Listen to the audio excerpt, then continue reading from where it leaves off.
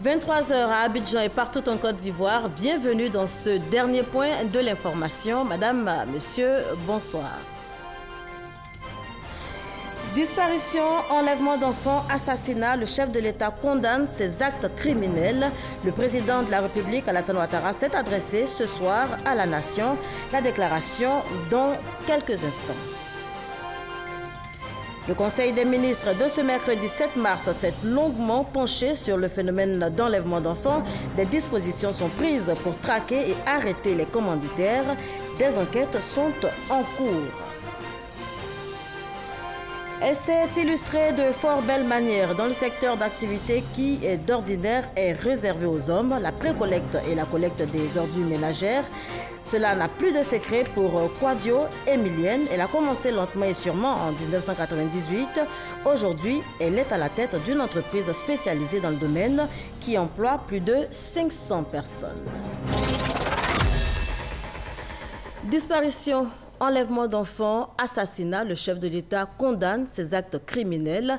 Le président de la République, Alassane Ouattara, s'est adressé ce soir à la nation. Sa déclaration, maintenant. Mes chers compatriotes, au cours de ces derniers jours, nous avons assisté avec indignation à des cas de disparition, d'enlèvement et d'assassinat d'enfants dans des conditions tragiques. Je présente mes condoléances aux familles endeuillées et je leur apporte toute ma compassion, ainsi que celle du gouvernement et de la nation. Je condamne avec la plus grande fermeté ces crimes ignobles perpétrés sur des enfants sans défense. Les enquêtes en cours ont déjà permis l'interpellation des personnes impliquées dans les différents cas d'enlèvement ou d'assassinat. Tous les suspects seront traduits devant la justice et les coupables seront sévèrement punis. J'ai donné des instructions fermes pour que nos forces de défense et de sécurité se déploient en nombre sur le terrain pour protéger toutes les populations. Je vous invite donc, chers compatriotes, à ne pas céder à la psychose. Nous sommes déterminés à lutter contre ces pratiques inacceptables. Tous les moyens humains et matériels seront déployés pour faire la lumière sur ces événements ignobles, afin d'éviter que cela ne se reproduise. Il ne doit plus jamais y avoir de cas de Bouba en Côte d'Ivoire. Mes chers compatriotes, je voudrais également revenir sur les comportements inciviques et les attaques contre les symboles de l'État qu'il nous a été donné d'observer dans certaines localités de notre pays, notamment à Guiglo, Soubré, Blolequin et plus récemment à Mbayakro. Oui, nous avons assisté à une montée d'actes de violence et de défiance de l'autorité de l'État.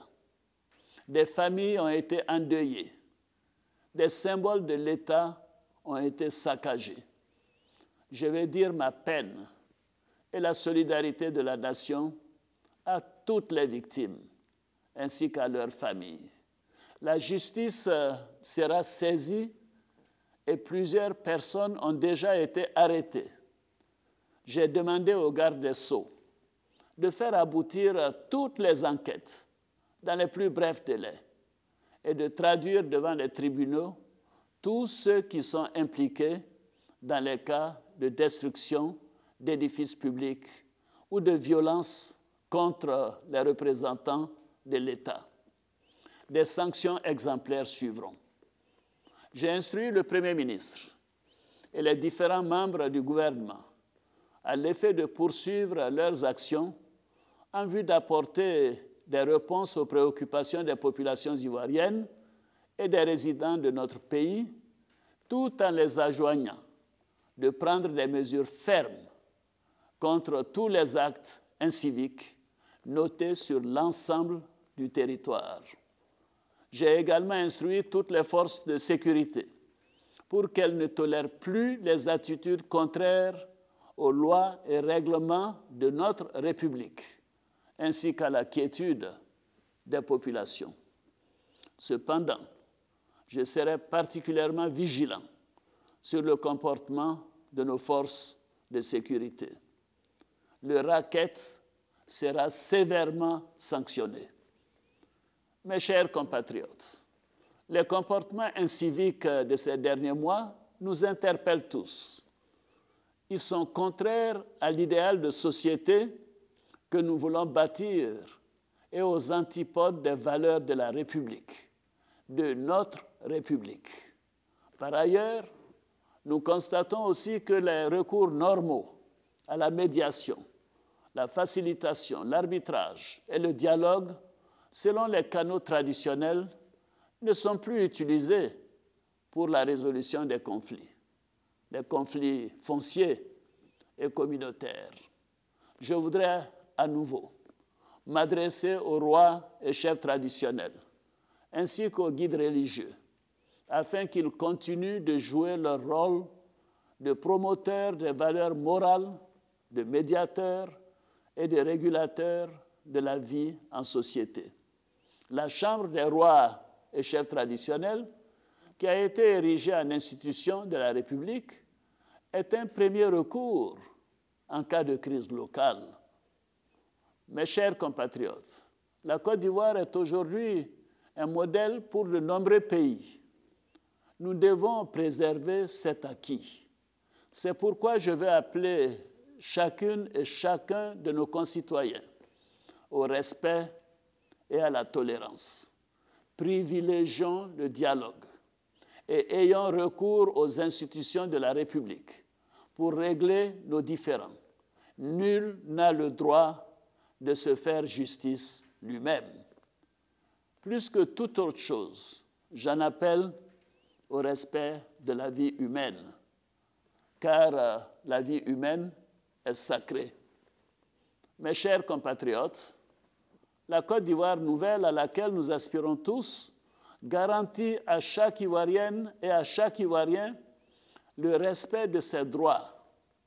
Une Côte d'Ivoire avec des Ivoiriens nouveaux qui font de notre devise Union, discipline, travail un credo. Cette Côte d'Ivoire nouvelle doit également être un état de droit absolu. C'est pourquoi je voudrais à nouveau vous assurer que les événements que nous avons vécus récemment ne pourront rester sans conséquence. La loi sera appliquée dans toute sa rigueur.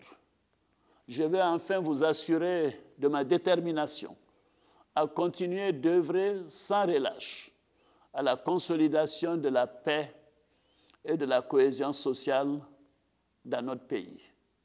Vous pouvez continuer à me faire confiance. Je vous remercie. Et le Conseil des ministres de ce mercredi 7 mars s'est justement longuement penché sur le phénomène d'enlèvement d'enfants. Des dispositions sont prises pour traquer et arrêter les commanditaires. Les enquêtes sont en cours. La population est appelée à garder son calme. Viviane Haïma. Les cas de disparition et d'enlèvement d'enfants observés ces jours-ci sur le territoire national et les troubles sociaux créés par ces actes crapuleux ont été examinés au cours du Conseil des ministres de ce mercredi sous la présidence du chef de l'État. 8 cas à ce jour ont été enregistrés par la police. Le Conseil affiche sa détermination à retrouver et punir les auteurs de ces actes criminels et appelle les populations à garder le calme et à ne pas se livrer à des actes de vandalisme. Nous sommes aujourd'hui exactement à 8 cas de disparition ou d'enlèvement enregistrés par la police de Côte d'Ivoire. Malheureusement, sur ces 8 cas, 3 ont conduit à des décès de mineurs. Mort violente, arme blanche, strangulation. Dans 4 cas, les enfants ont été retrouvés et remis à leur famille. À ce jour, il ne reste plus qu'un cas à Bouna, n'a toujours pas été élucidé puisque l'enfant en question n'a pas été retrouvé. Aujourd'hui, à l'heure à laquelle se tenait le Conseil des ministres, la situation qui a été présentée indiquait que partout, la situation était calme sur le territoire national. À Mbayakro, puisque c'est le dernier cas mentionné, les élèves ont été mis en congé jusqu'au lundi, après que l'ordre a été mis dans la ville et dans leurs écoles. Ce que nous pouvons dire, c'est premièrement inviter les populations à garder le calme, ne pas céder à la psychose, surtout ne pas se faire justice. Il y a des enquêtes qui sont ouvertes et qui vont permettre de remonter jusqu'aux commanditaires éventuels des cas que nous avons notés de personnes ou d'enfants qui ont été tués. Donc si nous remontons à ces personnes-là, elles seront condamnées. Elles seront condamnées parce qu'elles sont coupables pratiquement au même titre que l'auteur principal de l'acte. Bientôt, 450 nouveaux autobus seront acquis par la SOTRA pour renforcer son parc dont la capacité actuelle est de 650 autobus en circulation. Le Conseil a donné son accord pour 2 prêts auprès de la banque tchèque Československa Obchodní pour un premier prêt d'un montant d'un peu plus de 8,8 milliards de francs au titre du financement de l'acompte de 15% du coût total des bus et un deuxième prêt d'un montant d'un peu plus de 50,1 milliards de francs au titre du financement de 85% du prix d'achat des 450 bus. À ce jour, nous avons 650 bus en circulation dans l'agglomération d'Abidjan, auxquels donc vont s'ajouter les 450, ce qui va porter à 1100 bus avant la fin de l'année 2018, le nombre de bus en circulation dans la ville d'Abidjan. L'objectif est de pouvoir disposer en 2020 d'un parc de 2500 bus, qui est le niveau jugé suffisant pour couvrir les besoins de déplacement des populations abidjanaises, bien entendu en complément avec les autres modes de transport, le mode lagunaire et le train urbain qui, d'ici là, va démarrer. Le Conseil a examiné un projet de décret relatif à une liste d'emplois modernes qui vont désormais être interdits aux femmes en général, de même qu'aux femmes enceintes. Cette mesure vise particulièrement les travaux qui excèdent les capacités physiques des femmes ou des travaux qui présentent des dangers ou qui, par leur nature et les conditions dans lesquelles ils sont effectués, sont susceptibles de porter atteinte à leur moralité. Ici, il s'agit par exemple des emplois dans les lieux souterrains, des emplois dans les mines. Une liste plus détaillée des travaux qui ne peuvent être effectués par une femme sera publiée par le ministre en charge de l'emploi et de la protection sociale. Dans certains cas, les femmes sont plus fortes que les hommes. Maintenant, il y a eu des abus. Et il y a eu des accidents, il y a eu des problèmes par rapport à la maternité parce que la femme en question était enceinte. Donc quand elles sont enceintes, je pense que tout le monde le comprend. Mais en même temps, la loi donne certaines protections aux femmes. La loi permet à la femme qui souhaite exercer un métier qui est interdit de tout simplement se rendre auprès d'un inspecteur du travail et puis de prendre un document donc, signé par cet inspecteur du travail qui atteste qu'elle veut et qu'elle est en mesure de le faire sans danger pour elle-même.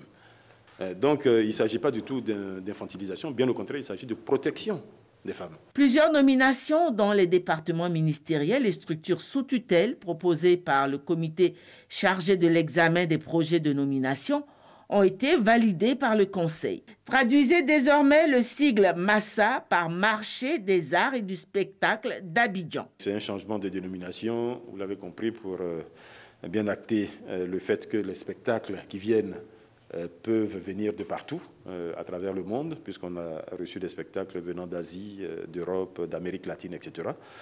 D'une part, et puis d'autre part, il s'agit évidemment de capitaliser autour de la ville d'Abidjan, donc de faire en sorte que ce festival soit reconnu comme un festival qui appartient et qui se tient à Abidjan. La 10e édition du Massa démarre ce samedi 10 mars pour prendre fin le 17 mars. Ce sont au total un projet de loi, 11 projets de décret et 7 communications qui ont été adoptées par le Conseil des ministres de ce mercredi 7 mars. Prochaine réunion du Conseil le 21 mars. Abidjan accueille depuis ce matin la réunion du bureau de l'Union internationale des conseils économiques et sociaux et institutions similaires francophones. La rencontre, la première du genre, réunit des délégations de 10 pays de l'espace francophone et il est question d'examiner des problèmes d'intérêt commun. Sidonie Davila. Conseils économiques et sociaux dans la dynamique de redonner un nouveau souffle à la francophonie. Instrument pour y parvenir, l'UCESIF, Union internationale des conseils économiques et sociaux et institutions similaires francophones. Les membres du bureau veulent en faire un outil essentiel pour développer l'espace francophone. Pour sa toute première réunion, l'UCESIF a porté son choix sur la Côte d'Ivoire. L'avenir de l'UCESIF que nous envisageons est lié à la promotion de cette particularité francophone. Nous devons persévérer dans cette nouvelle dynamique dans laquelle nous nous sommes engagés. Des délégations en provenance de 10 pays sont présentes. La francophonie, la formation, l'éducation, l'emploi jeune, les droits sociaux, autant de sujets d'intérêt commun sur la table des discussions. Il faut se féliciter de cette rencontre pour parler de nos objectifs, comment on peut s'impliquer pour pouvoir mieux s'organiser et renforcer la capacité de l'institution au niveau de la francophonie. Comment régler que cela soit quand même équitable à chacun de nos États et tirer les bonnes conclusions. L'importance d'accompagner la jeunesse pour que dans ce 21e siècle qui commence, l'espace francophone porte des valeurs et que ces valeurs soient au service d'un meilleur avenir pour nos jeunes. Créé en 2004 à Ouagadougou au Burkina Faso, l'UCESIF fait partie des 15 réseaux institutionnels francophones. La Côte d'Ivoire occupe avec le Maroc les postes de vice-présidence au Conseil d'administration des conseils économiques et sociaux. Réunion de haut niveau également au rassemblement des oufouettistes pour la démocratie et la paix. Le RHDP qui, à l'approche de la date limite des dépôts de dossiers de candidature pour les sénatoriales prochaines, garde le silence. C'est ce que nous dit Gabriel Zani. 2 jours successifs de concertation du Haut Comité de réflexion du Rassemblement des oufouettistes pour la démocratie et la paix. Et toujours rien. Nous avons eu des mandats qui ont donné un travail. Ce travail continue. Ça se passe dans de bonnes conditions. Et attendez qu'on rende compte à nos mandats pour, disons, ensuite vous dire la substance finale. Voilà ce que je veux vous dire. Les choses avancent normalement. La réponse au silence, le comité de haut niveau du RHDP travaille. Mais une chose est bien visible, les partis politiques membres de la coalition des oufouettistes discutent sur des questions cruciales qui demandent un accord parfait. La question des sénatoriales est la plus pressante. Chaque parti politique de la coalition doit-il partir en solitaire au sénatorial? En fin de course, dresser la liste des candidats à ces élections. La date de dépôt des dossiers expire dans 2 jours. Le PDCI-RDA, le RDR, l'UDPCI, l'UPCI, le PIT et le MFA n'ont pas encore de position commune. Si rien n'a filtré de leur conciliabule après 48 heures de discussion au siège du Rassemblement des Républicains à la rue Lépic, une autre question reste toujours en suspens. Le parti unifié sera-t-il constitué avant les échéances municipales? En tout cas, le temps presse. Ce comité est chargé de réfléchir sur le projet de formation d'un parti unifié regroupant les partis membres de l'Alliance. On poursuit en images, genre et audiovisuel, la place et l'image de la femme dans les médias. C'est le thème de la table ronde organisée ce 7 mars par la HACA, la Haute Autorité de la Communication Audiovisuelle. 60 représentants de ministères, d'institutions, d'organisations internationales ainsi que des responsables d'organisations de la société civile et de structures du secteur de la communication prenaient part à cette rencontre. Et justement, la rencontre, je vous le disais, tantôt, elle a eu lieu au plateau à l'hôtel Novotel en présence de Ibrahim Sissavané, président de la HACA, également Daniel Bonnet-Clavry, ancienne directrice générale de la RTI et présidente de partis politiques. Je vous propose de les écouter. Cette réunion s'est très bien passée, je crois.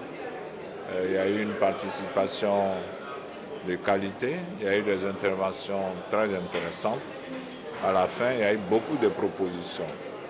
Mais tout le monde s'est mis d'accord pour dire qu'il fallait accroître le rôle des femmes au sein même des médias, qu'il fallait également veiller à protéger l'image des femmes et à ne pas véhiculer un certain nombre de stéréotypes ou mettre les femmes dans des situations plutôt dégradantes. En même temps, nous avons dit aussi que tout le monde doit faire sa part d'efforts, les femmes comme les hommes. Et c'est ensemble que nous pourrons construire la cité de demain. Nous avons été toutes d'accord, tous et toutes d'accord, pour dire qu'il y avait la nécessité de former les professionnels de la presse, masculins notamment, parce qu'il faut qu'ils intègrent la nécessité de propager des valeurs positives sur la femme et surtout d'éliminer tous les stéréotypes dégradants. J'ai donné l'exemple d'une radio commerciale où malheureusement aujourd'hui en 2018 les animateurs dégradent totalement l'image de la femme et quand j'écoute cette émission je suis en colère en tant que femme et les femmes ne peuvent pas répondre parce qu'elles sont intimidées et on ne peut pas les incriminer. Donc il y a un énorme travail à faire. Voilà, et justement, à la veille de la journée internationale de la femme, 5 femmes africaines célébrées, 5 femmes dont la première dame de Côte d'Ivoire, Dominique Ouattara, le docteur Efrazi Yao et Massogbé Touré Diabaté viennent donc de recevoir le prix All Africa du leadership féminin. La cérémonie de remise a eu lieu ce lundi à Azalai Hotel, c'est à Marcory. Les temps forts avec Sephora Zegui et Franck Quadio. Selon un rapport de l'UNICEF, 66% du travail mondial est accompli par les femmes. Elles produisent 50% de la nourriture dans le monde, mais perçoivent 10% de revenus. Une injustice que All Africa Global Media veut voir disparaître. Depuis 4 ans, la structure a initié le prix All Africa Leadership féminin. Un prix qui récompense les efforts des femmes leaders pour leur engagement à travers leurs actions sociales en faveur des femmes. À notre manière, notre plateforme d'information générale sur l'Afrique veut ainsi réitérer sa forte implication dans le développement communautaire, principalement celui des filles et des femmes africaines. Au nom de la première dame de Côte d'Ivoire, marraine de l'événement et récipiendaire du prix d'honneur All Africa Leadership féminin, la directrice de cabinet de la ministre de la Solidarité de la Femme et de la Protection de l'Enfant a exprimé la volonté de la première dame à continuer d'œuvrer pour l'autonomisation des femmes de Côte d'Ivoire. Nous avons tendance à plus aider les femmes en milieu urbain. Nous oublions parfois les femmes en milieu rural. Mais il est important pour chacun de nous d'œuvrer pour que les femmes en milieu rural puissent se prendre en charge. Ces femmes récipiendaires s'engagent davantage à militer en faveur des femmes en milieu rural. Depuis 2003, nous avons compris qu'en rendant la femme rurale autonome, on aura le développement pour la Côte d'Ivoire. Nous sommes en train de travailler avec les femmes du milieu rural, mais en rentrant par l'excellence. C'est le fruit du résultat de l'effort de l'ensemble des braves femmes productrices de Côte d'Ivoire qui est primée aujourd'hui. C'est avec les femmes rurales que j'ai commencé mon aventure il y a de cela 32 ans aujourd'hui. Les conclusions d'un rapport des Nations Unies montrent que les femmes assurent 60 à 80% de la production agricole de Côte d'Ivoire. Elles constituent aussi 67% de la main-d'œuvre agricole du pays. Selon ce même rapport, les femmes vivent dans des conditions d'extrême pénibilité. L'UNICEF recommande alors à chaque pays de mettre la femme au cœur du processus de son développement. Elle s'est illustrée également de fort belle manière dans un secteur d'activité qui, d'ordinaire, est réservé aux hommes. La précollecte et la collecte d'ordures ménagères. Ce secteur d'activité n'a plus aucun secret pour Quadio Emilienne. Elle a commencé bien lentement, mais sûrement en 1998. Aujourd'hui, eh bien, elle est à la tête d'une entreprise spécialisée dans le domaine qui, justement, emploie plus de 500 personnes. Quadio Emilienne, modèle de réussite, elle nous parle de son parcours. Elle est au micro de Justine Duquet. Femme de courage, de persévérance et d'abnégation au travail, il y a 20 ans qu'elle s'est investie dans la lutte contre l'insalubrité à l'échelle nationale, un domaine, dit-on, réservé aux hommes. C'est un métier d'homme, c'est un métier qui est prenant. Heureusement que j'avais fini de faire mes enfants. Donc, je me suis abandonnée complètement à ce métier, bien entendu, hein, en préservant mon foyer. Hein.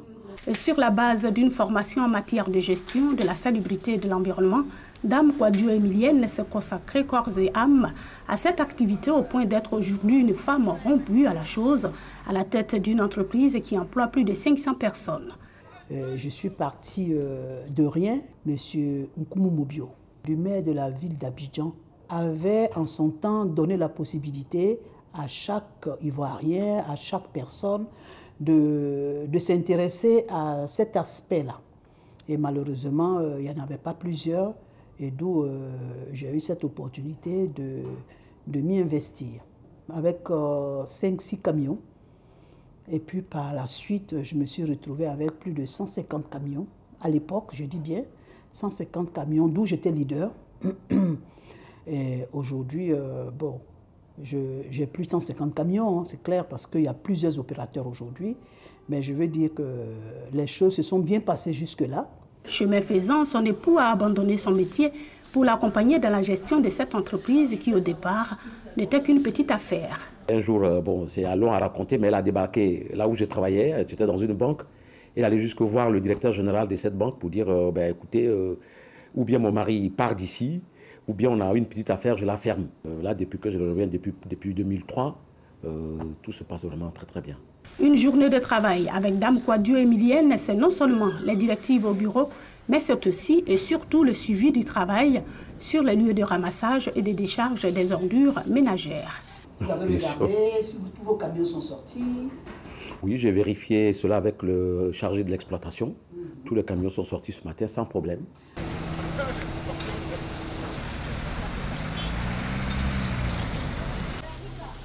Sa réussite dans le domaine du balayage des voies principales, du curage des caniveaux, de la pré-collecte, de la collecte et de la mise en décharge des ordures ménagères lui ont valu des distinctions sur le plan international. Je suis heureuse parce que je pense que j'ai réussi une mission que le gouvernement m'a confiée. Je suis heureuse parce que mes mérites ont été reconnus.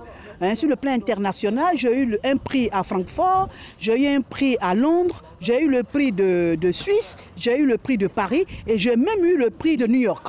Femme modèle de réussite, sa devise, le travail, rien que le travail. J'invite toutes les femmes qui ont la possibilité de faire comme moi, pas forcément dans le domaine des ordures, mais dans le domaine où elles veulent exceller, il faut qu'elles s'y mettent. Il faut s'armer de courage. Il y a toujours des difficultés, mais il faut s'armer de courage. C'est au bout de l'effort qu'on a la récompense. Dame Kouadio a su allier vie de famille et travail.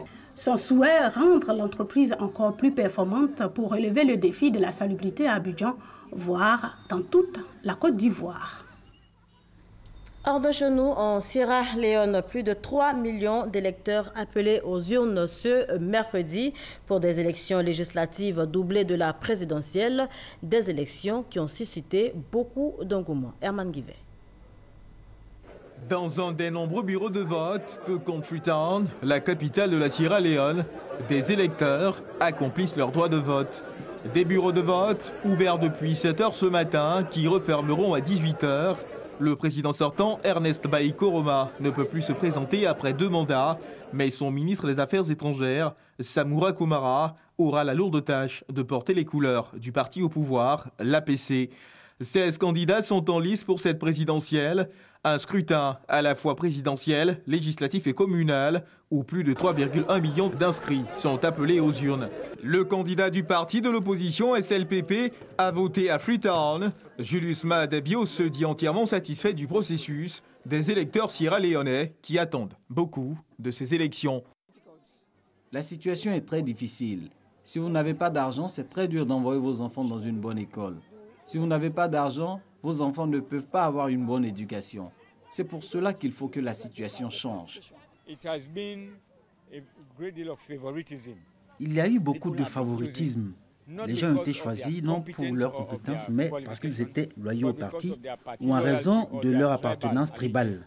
et cela nous a causé beaucoup de problèmes. Selon le regard de plusieurs observateurs, les conditions de vie de la plupart des habitants restent des plus précaires, alors que le sous-sol sierra-léonais regorge de richesses en fer et en diamants. Principal défi pour le prochain président, redresser l'économie de la Sierra Leone.